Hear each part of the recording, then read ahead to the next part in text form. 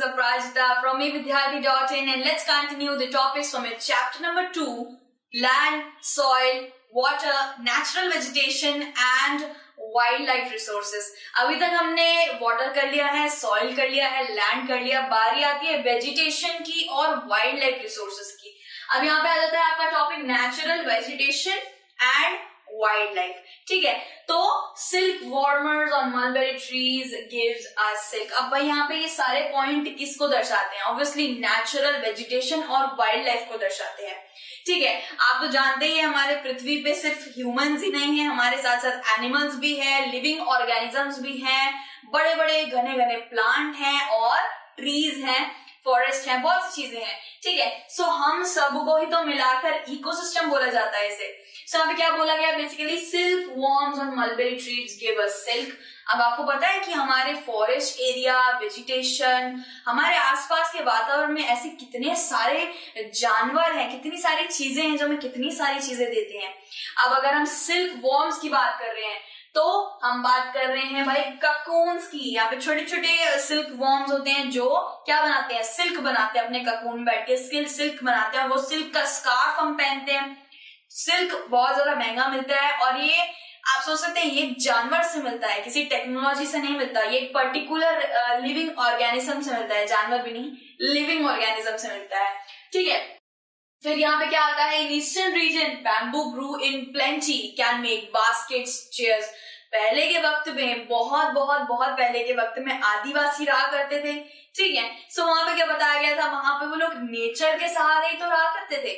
वहां टेक्नोलॉजी थोड़ी ना थी, प्योरीफायर थोड़ी ना थे, बेड थोड़ी ना थे। वहां तो भाई सारा का सारा नेचर से रिलेटेड चीजें हुआ करती। नेचर से खाना लेकर आ रहे हैं, नेचर से हंटिंग कर रहे हैं, गैदरिंग कर रहे हैं, स्कैवेंज कर रहे हैं और नेचर में ही सो जाया करते थे। लेकिन आज के टाइम पे life is really really developed and modernised. लेकिन पहले के टाइम पे और आज भी नेचर से काफी हद तक कनेक्टेड है। सिल्क भी आज हमें वहीं से मिलता है। ठीक है, फिर क्या आता है? ईस्टर्न रीजन में बैम्बू मिलते हैं, बहुत ज्यादा प्लेंटी बैम्बू मिलते हैं और बैम्बू के बहुत बड़े बड़े पेड़ हैं eastern region of the earth में। ठीक है, सो आपने देखा ही होगा, आपके घर में मोड्डे होंगे जिसमें बैठते हैं और बैम्बू के बहुत बड़े बड़े बास्केट होंगे। सो बेसिकली बात यहाँ पे ये आती है कि प्लास्टिक और जो खराब जो नॉन बायोडिग्रेडेबल मटेरियल्स हैं उनको यूज ना करके ऐसी चीजें यूज करनी चाहिए जो बहुत ज्यादा प्लेंटी है, सड़ रही हैं, खराब हो रही हैं। उन्हें यूज करके जब इतनी मजबूत चीज बन सकती है तो हम फालतू की चीजें यूज क्यों करें? ठीक है, तो इससे क्या बन सकता है भाई? बास्केट बन सकता है, चेयर बन सकता है। नेचर से आई हुई चीजें क्या क्या नहीं बना सकती।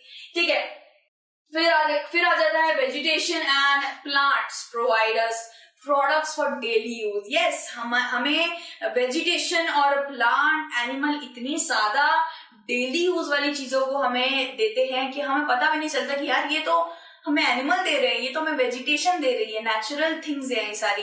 हनी ले लीजिए, हनी हम यूज करते हैं डेली यूज में, अब वो कौन दे रहा है? वो हमें हनी बी ला के दे रही है, कोई टेक्नोलॉजी से नहीं आ रहा है वो। सो कितनी ज्यादा चीजें हैं जो हमें डायरेक्ट एनिमल देती है, मतलब we are connected to them, right? Meat हो गया, एग्स हो गया, ये सब चीजें भी हमें डायरेक्ट एनिमल से मिलती है। So we should thank them. उसके बाद क्या आता है? Wild life and vegetation only exist between lithosphere, hydrosphere and atmosphere. अब हम यहाँ पे बात कर रहे हैं living organisms, non living organisms, wild life कहाँ पे कनेक्ट करती है, कहाँ पे एग्जिस्ट करती है? लिथो, हाइड्रो एंड एटमोस्फेयर में कनेक्ट करती हैं और इन सबको बोला जाता है biosphere. Lithosphere, hydrosphere and atmosphere, ये जो तीन जो लेयर है ना, इसके इन तीनों लेयर के बीच में वाइल्ड लाइफ, वेजिटेशन और नॉन लिविंग ऑर्गेनिज्म ये सारे क्या करते हैं? कनेक्ट करते हैं, एग्जिस्ट करते हैं। और बायोस्फेयर इन तीनों को मिलाकर ही बोला जाता है, जिसको बोला जाता है बायोस्फेयर। बायोस्फेयर में क्या होते हैं? ये सारे ऑर्गेनिज्म जो बीनीथ द लेयर यानी कि अर्थ के नीचे भी हैं, एयर के ऊपर भी हैं, ये सारे एक साथ रहते हैं और एक लेयर में रहते हैं, जिसको कहा जाता है biosphere.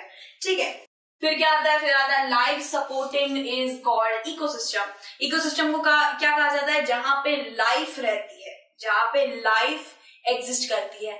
Living organisms, humans, organisms, जितनी भी चीजें हैं ना भाई पृथ्वी पे, वो इकोसिस्टम में रहती हैं and that are connected to each other. ठीक है, अब आप जैसे देख लीजिए ये देख लीजिए, एक सन है और यहाँ पे आ जाता है प्लांट। अब प्लांट को जब फूड बनाना होगा तो वो किससे बनाएगा? ऑब्वियसली फूड तो वो फोटोसिंथेसिस के जरिए बनाएगा। तो वो क्या कर रहा है? वो कनेक्ट हो रहा है सन से, ठीक है।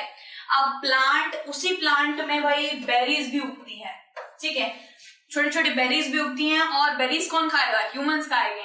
तो ह्यूमंस भी इससे कनेक्ट हो गए प्लांट से। तो जहां पे ये सारी चीजें इंटरकनेक्ट होती हैं और रहती हैं उसको हम कहते हैं इकोसिस्टम। ओके, फिर आ जाता है प्लांट्स गिव अस गम, हनी, फ्रूट, पेपर, मेडिसिन। ये तो बहुत ही कम एग्जांपल्स।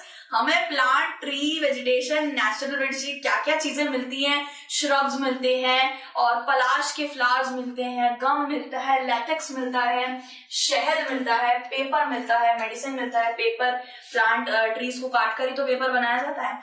सो ये सारी चीजें हमें नेचर से ही प्राप्ति होती है भाई इनकी, ठीक है। यहाँ पे आप थोड़े से पहले तो हमने पहले सिल्क देख लिया था।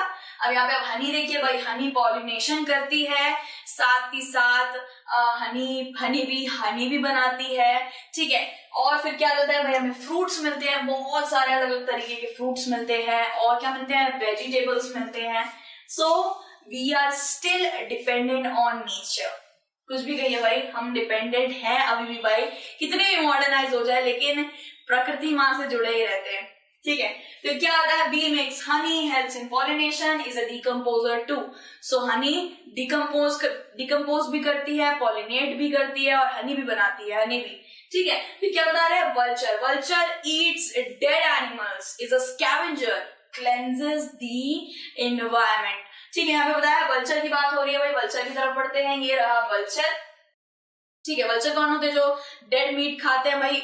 आप कहीं पे भी देख रहे होंगे ऐसे करके चक्कर मारते रहते हैं, घूमते रहते हैं, समझ लीजिए वहां पे कोई मरा पड़ा है, कोई चुईया या फिर कुछ ऐसी चीज मर गई है, तो वहां पे घूम रहे होते हैं, वो डेड मीट खाते हैं, ठीक है। जितने भी गंदी सड़े हुए डेड मीट होते हैं जो हमारे इन्वायरमेंट में सड़ रहे होते हैं भाई, उनको साफ करने का किसका ड्यूटी है? वल्चर की ड्यूटी है।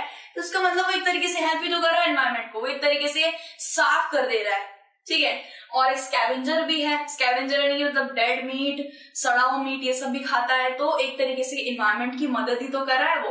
फिर क्या होता है? They all maintain and balance, यानी कि सब कहीं ना कहीं मदद करते हैं एनवायरमेंट को साफ सुथरा रखने में, बैलेंस करने में। बस ह्यूमंस ही हैं जो थोड़ी बहुत मतलब कर देते हैं, खराब कर देते हैं एनवायरमेंट को।